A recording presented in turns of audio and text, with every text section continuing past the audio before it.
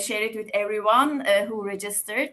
So today is a practical session focused on how the carbon dioxide removal credit market works, how credits are valued and financed, and how the carbon removal, or CDR, as we shortly call it, CDR projects get financed. We will keep it interactive. Please use the chat box for your questions and comments. And we will also do some polls and breakout session, interactive room sessions at the end. I think we have quite many participants from who also joined the first opening session of the CDR stage last month. We hosted Chris Neidel, the carbon removal lead at the Climate High Level Champions. And we had great attendance and quite positive feedback to that session. So we hope you all enjoy this session as well as much. We will continue monthly online webinars about different CDR aspects, different aspects of CDR until October, and then we will arrive to COP31 in Antalya in Turkey. So how many people are we right now? 21 participants. Shall we start, Göker? I can hand over to you. Let's not lose time. So, okay. Thanks, Pinar, again. And hello, everyone. I am Göker Avcı. A little bit of background about me. I've been working around carbon and carbon removal for the last 7 years. I was the co-founder of a San Francisco-based company, which was working on forward financing of CDR projects. Stacy, it's a pleasure to host you. Again, thanks a lot for accepting to join us today. Before we bring you in, Pinar and I want to set a shared baseline, what we mean by a CDR credit, and why this market conversation matters right now, actually. A CDR credit represents the removal of 1 ton of CO2 from the atmosphere, followed by durable storage with monitoring and verification behind it. In other words, you are not paying for reductions or avoided emissions. You are paying for an outcome. CO2 is taken out of the air and stored in a way that can stand up to scrutiny. That distinction between reduction and removal matters because in net zero strategies, residual emissions still exist. CDR is a mechanism that addresses that gap of neutralization of residual emissions with integrity, and credits are the most common way organizations engage with CDR today. Today, we will focus on the market side of that story, what's real, what's emerging, and how financing and quality systems shape what scales. And not to forget, there are 2 main categories of CDR, which are nature-based solutions and engineered CDR. Nature-based solutions can be counted mainly as afforestation, reforestation, soil carbon, blue carbon, etc., which actually sequester CO2 around 10 to 100 years. Perfect. And yes, on the other hand, we have engineered or novel CDR, which removes carbon dioxide from the atmosphere for much longer time periods, and it's called durable CDR. When we say durable, we mean removal stored for at least more than 200 years, ideally thousands of years. So, for example, storage in cement or geological formations like depleted gas and oil reservoirs, or technologies like biochar, biomass sinked into deep sea sediments, enhanced rock weathering. There are many different durable CDR methodologies. Some, like biochar, are technologically more advanced and ready to scale up or already scaling up. And some emerging methodologies are still being developed.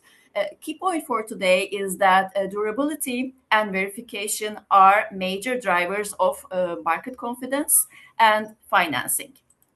We have a guest who is an expert to talk about all these today. We are so excited to have Stacy Kauk with us.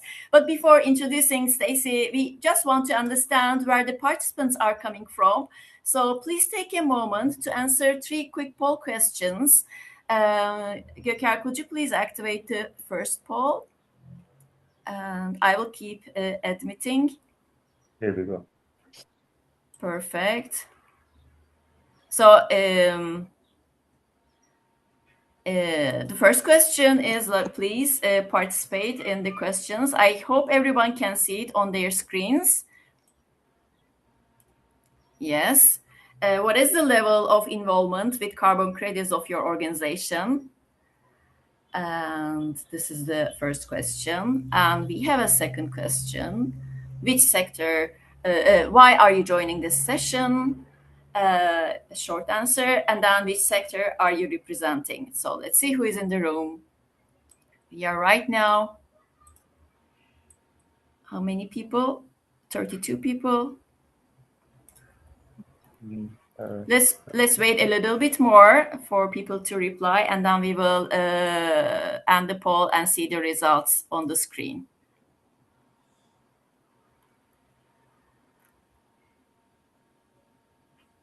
Well, I can see two organizations, two participants who purchased carbon credits. That's good. And there are some who engaged with the topic before. I see still people are replying, so let's wait a little bit more.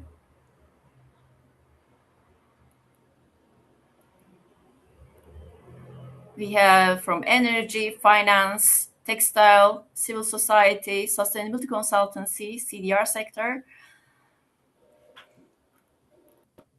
Okay. Yeah. Maybe let's go forward. I'm ending the poll to see the results. Okay. If I click share results. Oh yeah, perfect. So the first question, what's the level of involvement with carbon credits of your organization? Around half of the people have engaged with the topic before, which is nice for us. Around 25% of people have know about it yet. And actually two companies already purchased carbon credits, but which again, another important perspective, some other companies are also prioritizing mitigation rather than investing into CDR. I can't see the answers of the question, why are you joining this session? Pinar, are you able to see the results or the Yes, answer? I don't know why it's not giving the screen, but it's more, I can maybe read.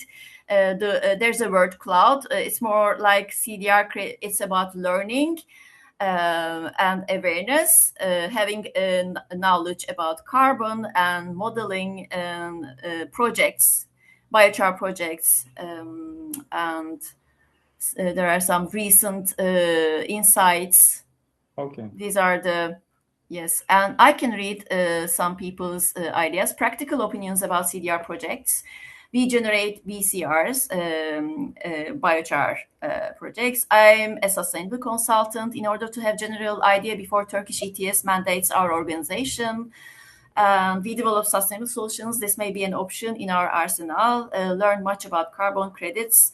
To hear from experts, I would like to learn about the CDR credit mechanisms, to know financial modeling of CDR credits, to get insights about the market, gain info, like quite some replies in order to, there is, Circular Solar has been around CDR since 2002, so there are some experienced people as well. So we can move to the sectors. What I see is half of the people are around sustainability consultancies and from the CDR sector. 4 people from energy, 2 people from finance, textile, and again, like the first event, results show us a very diverse set of people are again today with us here. So great. This poll results helped us shape the emphasis in this conversation, of course, and in the Q&A section. Now we are really excited about today's guest. She has also been personally inspiring to me at a time when most of the world was still trying to understand what CDR even was. She became a very bold supporter of the field and helped turn a brand into one of the most recognized names globally in this space. Working in a field as new as CDR already requires courage, but the fact that she helped shape the market itself and enabled some of its first major financing by making large-scale purchases is truly impressive to me. Stacy is one of the true market builders in CDR. She was among the earliest sustainability leaders to make real CDR purchasing decisions, shape what a credible CDR portfolio looks like, and contribute to practical standards that helped enable the market we are seeing today. We are excited to welcome Stacy Kauk, former Head of Sustainability at Shopify, and now Chief Science Officer at Isometric. Stacy, again, thank you for joining us. Before we start our conversation, that would be great if you could briefly introduce yourself to the audience. Over to you. Thank you so much for having me. I'm really excited to talk to everyone here on this webinar about CDR, something that is very near and dear to my heart.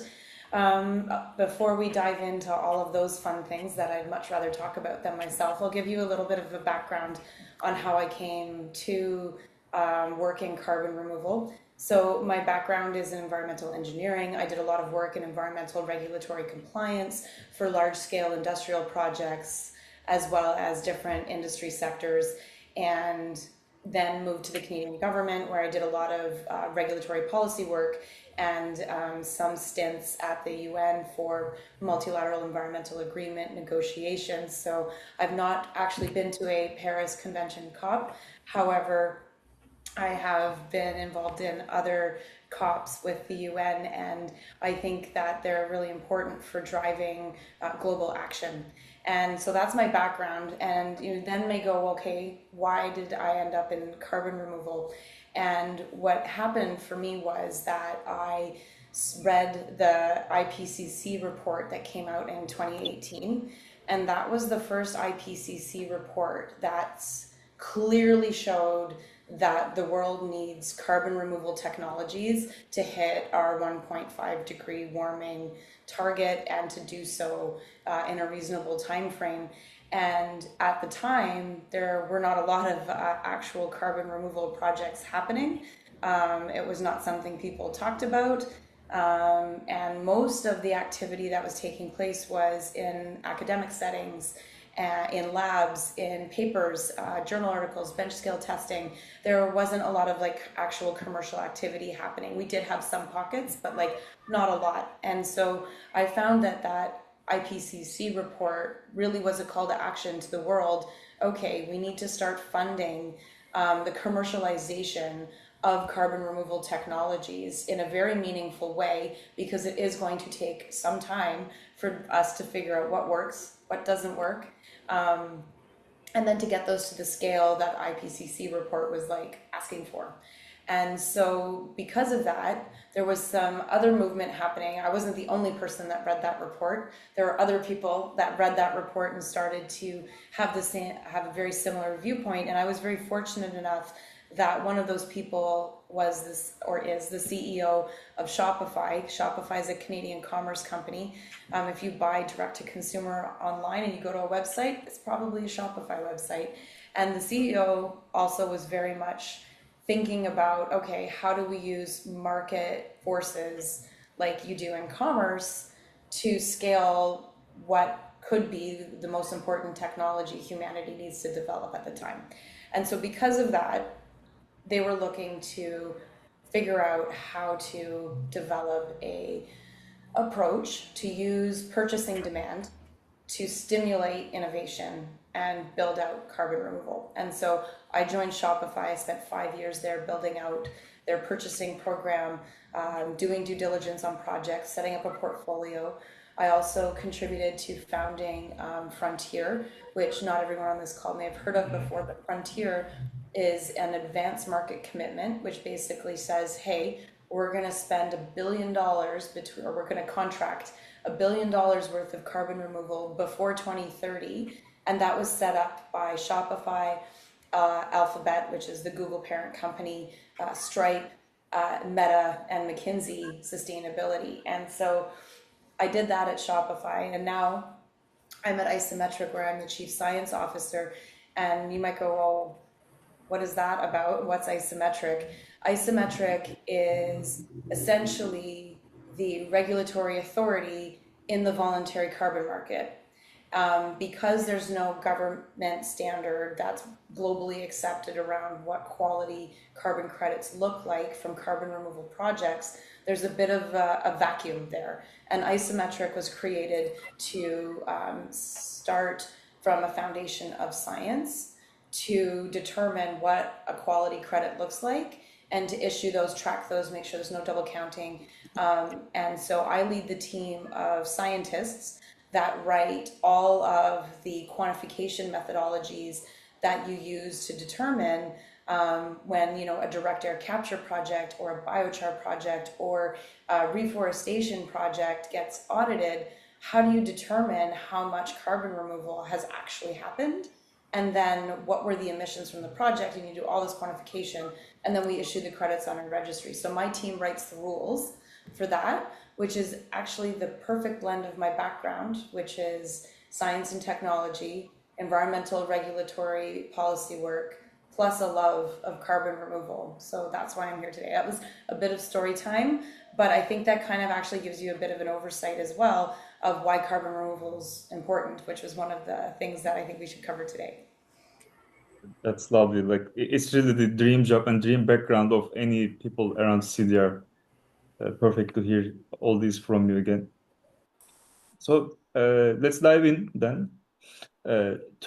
To ground everything else, let's start with a reality check on where the durable CDR market stands today, if it's also okay for you.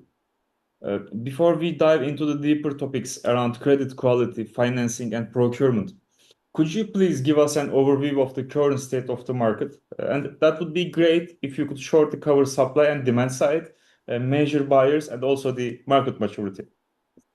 Excellent. Okay, so that's a very broad question.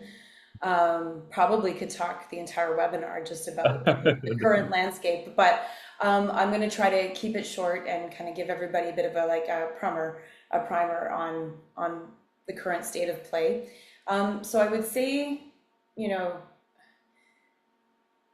for market, I don't think we have a properly functioning market for carbon removal today.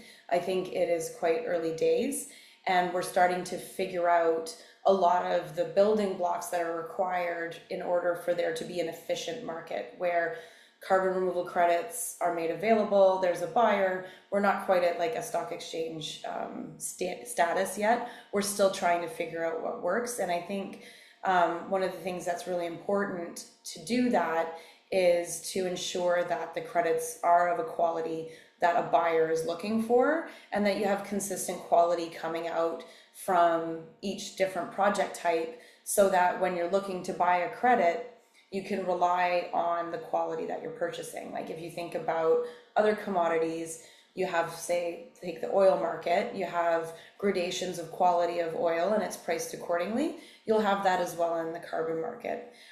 We're still getting there today as different things are being developed, but it's early. So that's, I'd say, the current state of the market. In terms of supply and demand, I think it's important to sort of think about this historically and kind of look at where things have come from. We have traditional carbon offsets and carbon markets that were established, you know, over 20 years ago. This is not really the same thing. This is a new class of projects where they're designing systems and technologies that take historical emissions, the CO2 that we've already put into the atmosphere. You go out and you get it, and it's like not at a high concentration. So it's not the same technologies that are used as like in an industrial setting. And so because of that, and we're learning all of these new ways to do this, it's really expensive today.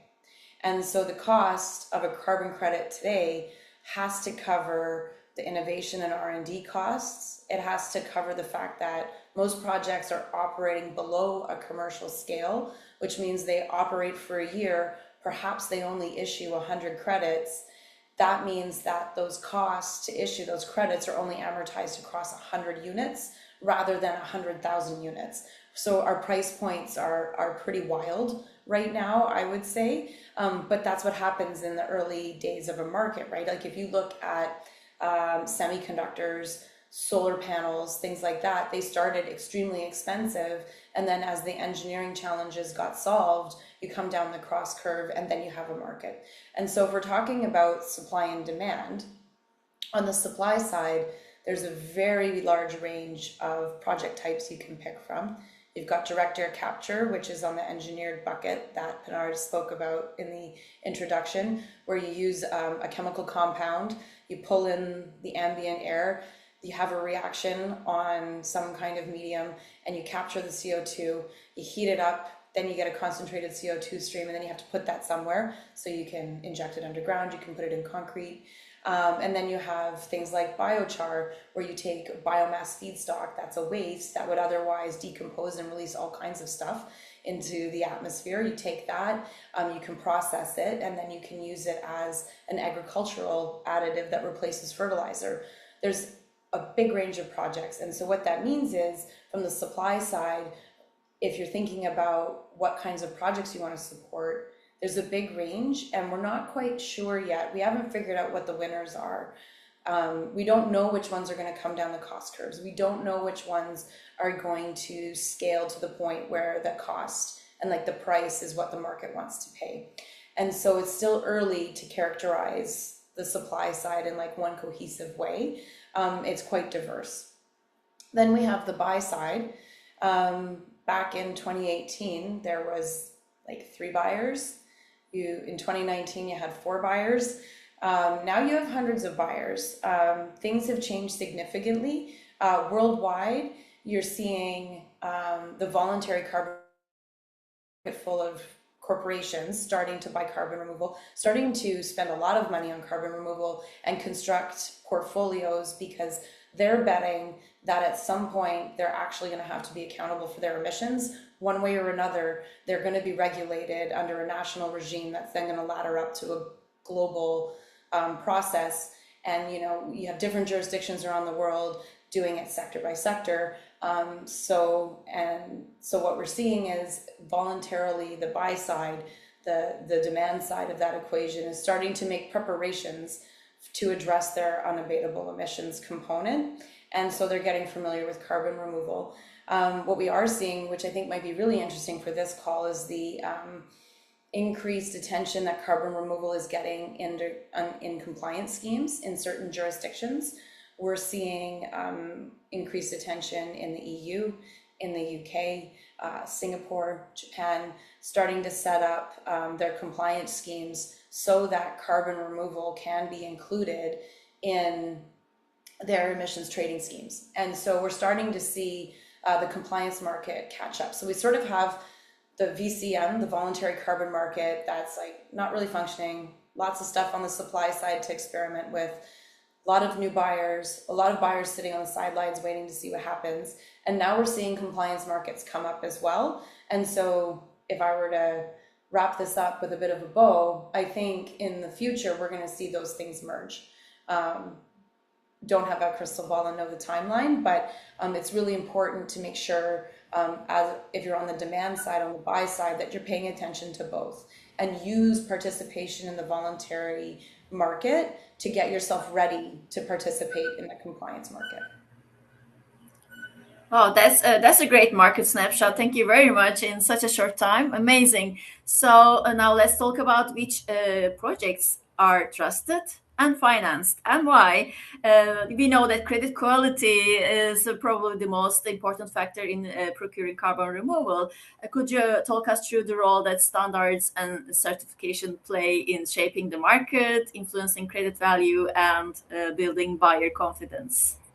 Definitely. I think that this is the key component to actually growing the market and having the market transition into like a fully functioning, mature market, because it's quite early today. And I sort of touched on this earlier in my remarks.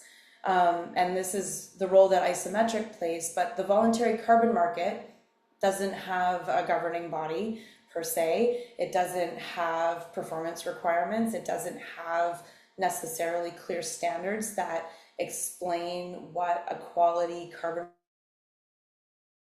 for each different project type, and like there's a big range.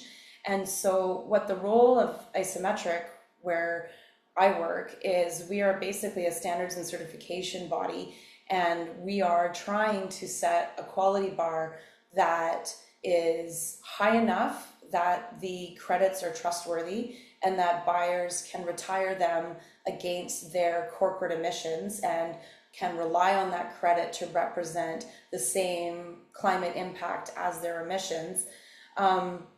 We try to create that buyer confidence, but we also have to ensure that the standards we're writing are standards that projects can actually meet, and that it's reasonable and possible. And I'm going to try to give like a little bit of an example here, comparison between like kind of two project types.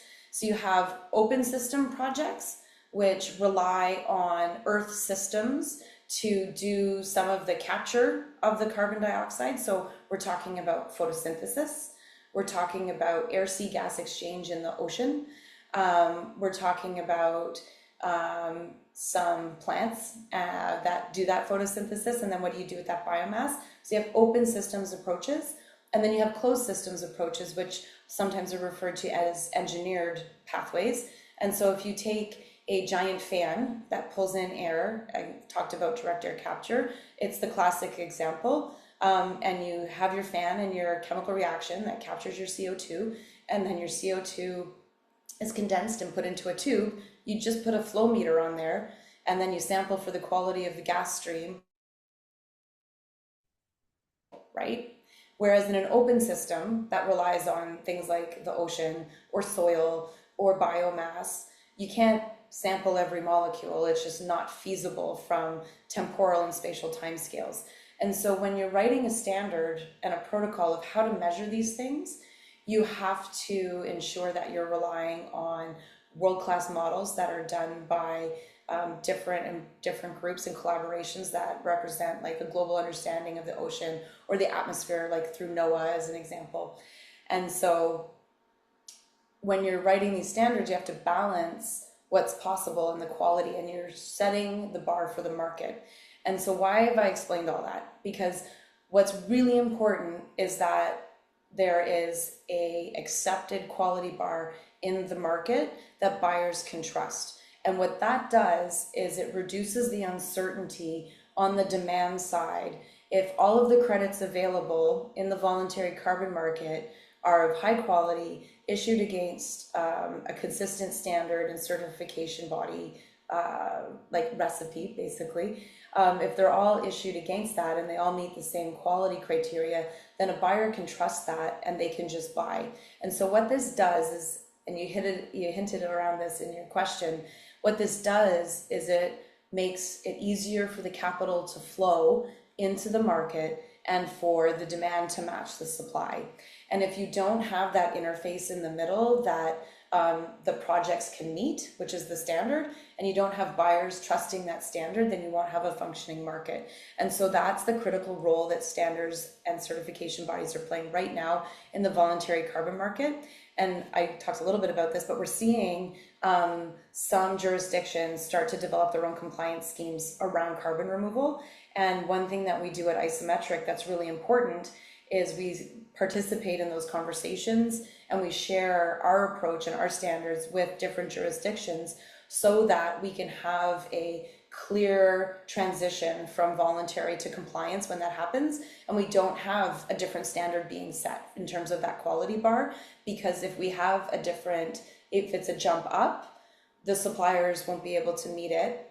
If we have a drop down, then the buyers aren't going to trust it. So we really have to make sure that transition is going to be smooth. It's going to take a lot of time. It's going to take a lot of multilateral conversations, but it's going to be one of the very important next steps.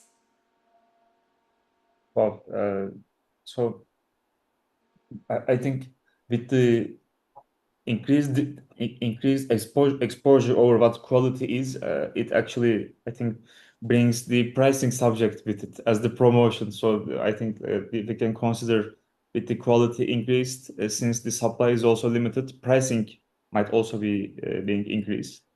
So my next question is going to be around this. Actually, you kind of answered this, but it would be great if you could make some more additions over this. I want to ask, uh, I was going to ask about pricing. What are the main drivers of credit prices, and what might cause them to change over time, and how does it actually affect buyers and the project developers? It's a great question. And so I kind of, as you say, like I kind of covered the whole, we're in early days, projects are small scale, means less credits, means costs are higher.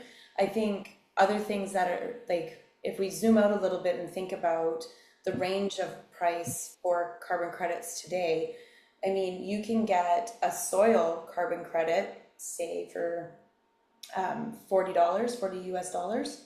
You can get a direct air capture credit for, I don't know, upwards of 1,400 US dollars.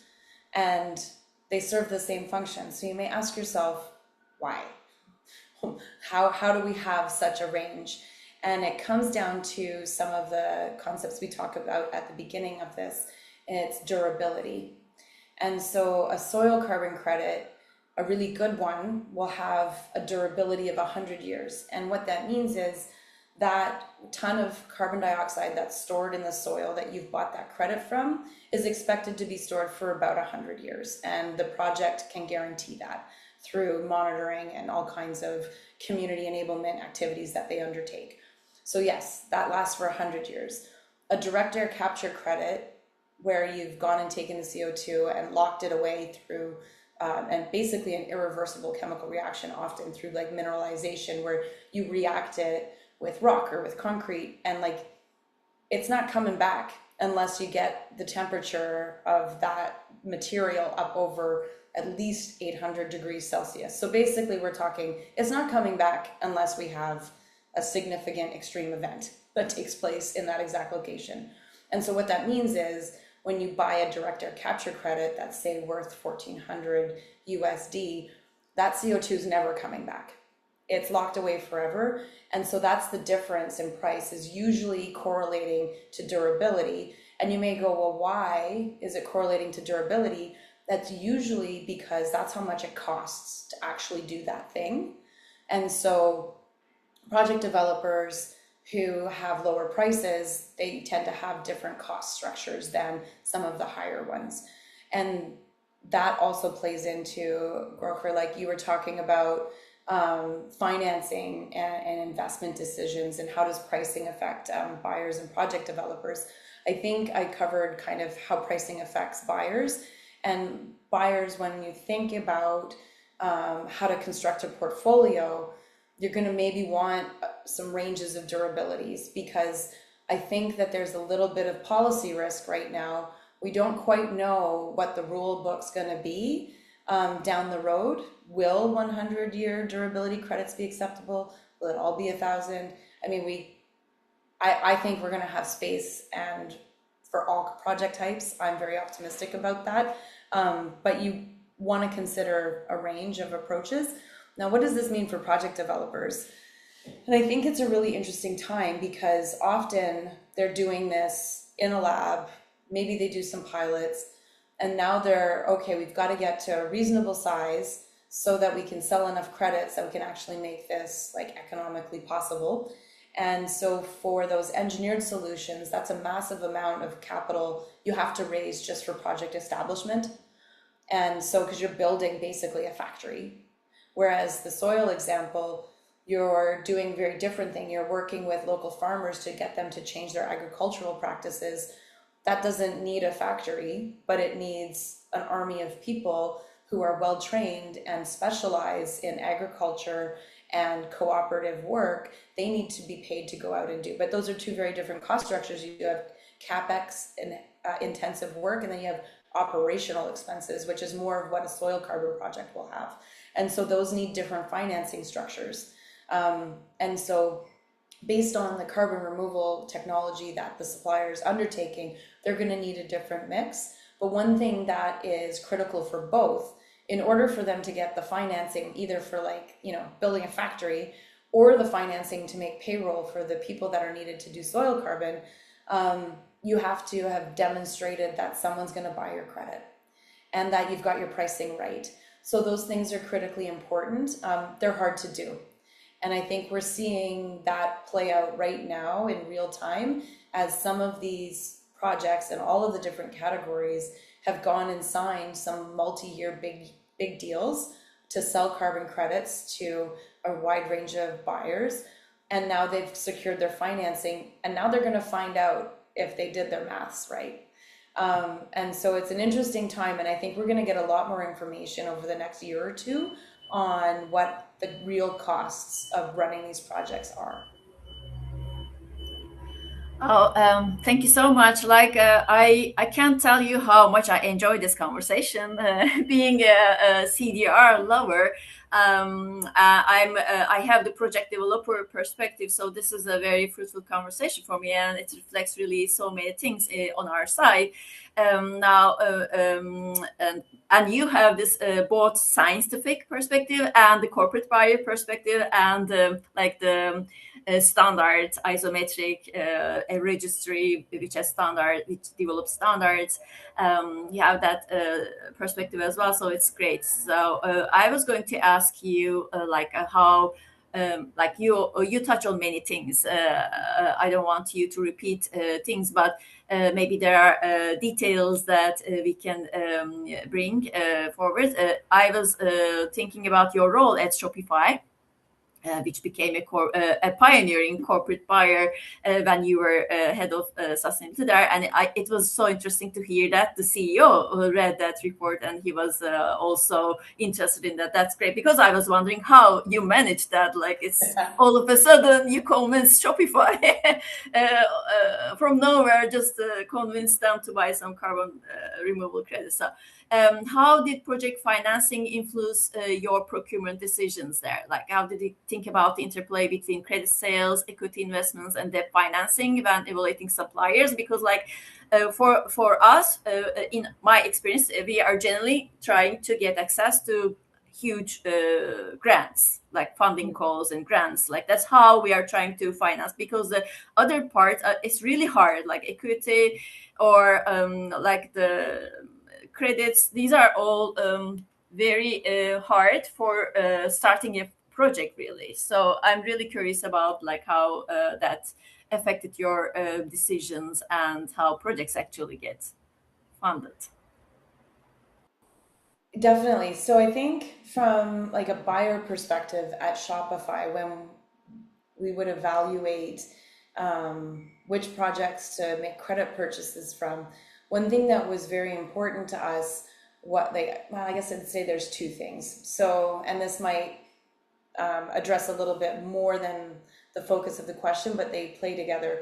And so we focused kind of on two things. We wanted, when it comes to like financing and project selection and like how the project's financed, we wanted to make sure that when we were making a purchase, it was unlocking additional capital, that our purchase was structured in a way that it was either like big enough, significant enough, or we were able to reduce the risk of them, like the project. We would do prepayments so that they would have some working capital already in, they've got revenue. Being able to provide that is catalytic, because then the dollars that Shopify would put in would then be matched and leveraged to bring in other financing, which then reduces the risk of the project. And we have a greater likelihood of getting the credit that we purchased, right? And so there was thinking around that, like, are we going to be able to make our money go further than just the money that we're putting in? And what do the structures look like there? And then if a project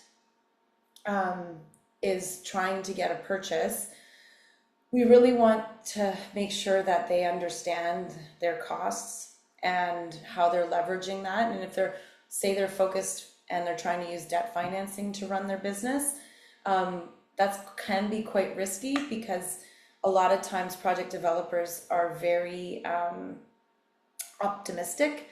Oh yes, we're gonna do all of this stuff and it's gonna happen in a year and we're gonna get the credits out and it's gonna be great. And so they take on debt that has not the best terms, and then they end up being at risk. So we want to make sure when you're buying credits, if you are putting money up front rather than cash on delivery, you want to make sure that the company has made good financial decisions so that they will be able to get to the point of issuing your credits. And then you're kind of thinking about it more as like an equity investment than you are thinking about it as, oh, I'm going to go buy some chairs. No, you're actually supporting that company and trying to like actually figure out how to manufacture, ship, and deliver its first chair, which is very different. than buying at scale. I'd say right now we've got some pathways that, like biochar is a great example, that there's projects worldwide. People have been doing this or trying to do it for decades, and we're seeing some maturity there. And so when there's a mature project, you're more thinking about price, and usually the supplier and project developer has a lot of that financing already figured out because they're not doing it for the first time, which changes the lens that you'd apply as a buyer. Then one last final question from my end. While we already spoke on the financing side, I thought if we can switch to the deal structures that have actually dominated early market activity. I think the pre-purchases and offtake agreements have been the focus on corporate carbon removal procurement to date. Could you walk us through how each works and why a buyer might prefer one over another? Great. So I'll kick it off by defining what these two different deal structures are and like how they work. So there's a pre-purchase and then there's an offtake. A pre-purchase tends to be smaller. It tends to be something that's meant to spur innovation, and you pay everything up front. So it's usually smaller. And so the reason you would do a pre-purchase as a buyer is, oh, this project is strategically important to us. Perhaps it's in a geography where you have some of your supply chain or some of your emissions are in that location, or perhaps it's a project that has co-benefits like improved water quality, better socioeconomic outcomes for local communities. Perhaps it has a conservation angle, and there's some kind of connection to your business, and you want that technology to get a start and you want it to have a chance. You would do a pre-purchase structure, which is very forgiving. It's basically a grant. Here's, I don't know, $10,000, $100,000. We'll take whatever credits you're able to get from that. You have targets and whatnot, but like it's very forgiving. Offtake. Offtake is like the real deal, proper business deal structure. And it's for things that you don't have any questions really around its ability to deliver. The technology's proven, it's out of the lab, there's been pilots. Not necessarily have they operated commercially and sold credits yet. Perhaps this is an offtake to enable them to go get financing and other buyers to be able to then build and operate their first project. An offtake is a multi-year deal, and we'll structure it where, say, it's over 5 years, and it'll be for, say, 10,000 tons, and you'll have a delivery schedule. Okay, we're going to get 10,000 tons total over 5 years. We expect year 1 to be 10%, year 2 is 20, then you have 30, then you have 40 perhaps. And so you have a delivery structure, and this is, while they're not always bankable, an offtake tries to be like a proper procurement contract that has termination clauses potentially. It could have penalties for late deliveries. It is like built out in a way that will take a long time to negotiate. And you'll also have locked in prices for that per ton. And so that is something that as a corporation, why would you do either? We talked a bit about why you would spur innovation, because you want that technology to exist. And why would you do an offtake? This is where you're going to be actually looking to buy your portfolio in accordance with how much money you have to spend to deal with your residual emissions after you finish your emissions reductions work from your business operations. And then you're going to be targeting a certain amount. So you're going to stack up all these offtakes and hope that you have minimized the delivery risk and you've picked well. And then those credits would be the ones that you would try to rely on to retire against your corporate emissions.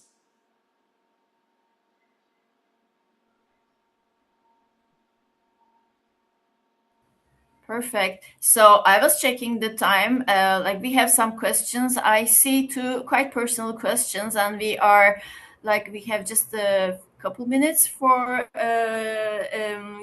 maybe for one question.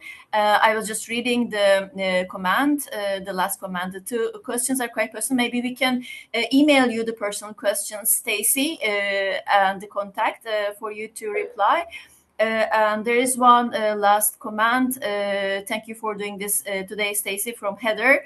Do you agree that there seems to be quite a lot of movement of attention from method to method based on buzzwords? First it was trees, then DAC, biochar, now superpollutants. Actually, biochar seems to be in my LinkedIn feed at about a 99% rate. Now it's superpollutants. Does that mean money is flowing following that? Excellent question. I think what we've seen, like looking back, the attention definitely has moved from project type to project type to project type, and different ones get hot at different times. And I think they all have got like the attention of the market for a variety of reasons. I mean, trees will always be important. I firmly believe that. They were the most cost-effective and early solution that came out, and then DAC was like, we're going to solve all the problems of trees because this is a factory with permanent storage, and that's a whole different kind of project type. And it was a reaction to how the market was feeling about trees. And yes, biochar is coming in. It's got a reasonable amount of permanence. It has way less cost than DAC. It can be deployed in multiple geographies because you're not relying on some of the constraints you have with DAC. So I think these all get hot for different reasons at different times. In terms of, does that mean the money is following that? I think we'll see the chatter in advance, and then perhaps the money will follow. But I do think that there's more of a portfolio approach being taken by most buyers. Not everybody's going to just bet on biochar or one project or this or that, because what we've seen, and like this is something that took place in the US, policy and regulatory landscape can create a positive environment for a certain set of project types.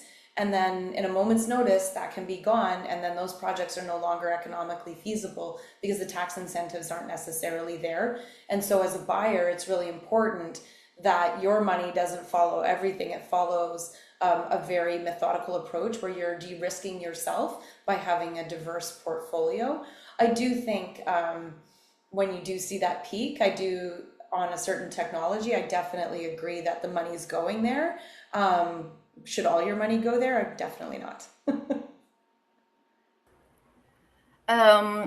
There's one final question, Stacy, but maybe you can reply it very shortly because we want to share a poll, and then the breakout room sessions, a very short one, before we reach our final minute. So how do you see the updated requirements under SBTi Corporate Net Zero Standard version 2.0 helping accelerate investment and confidence in high quality CDR? I think it's critical.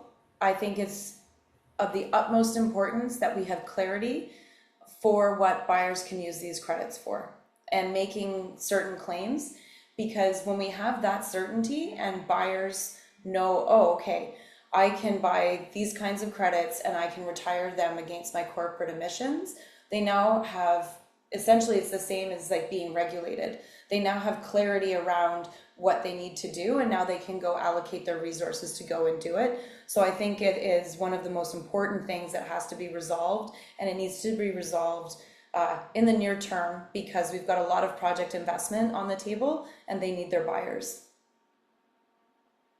Perfect. Now we can go into the poll. Maybe Göker. Yes, please share. So what what could be the top 3 barriers preventing your organization from purchasing CDR credits today?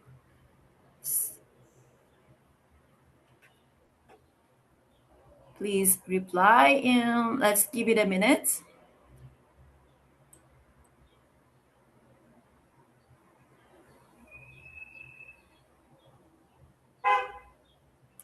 What could be, or what are the top 3 barriers preventing your organization from purchasing CDR credits today, like durable CDR credits?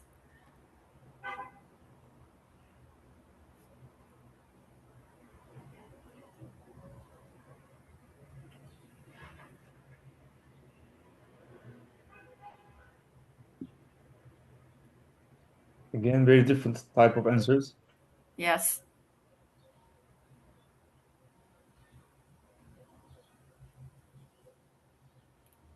I think we can end the poll. We have and share the results. Oh yeah. And it's really interesting again.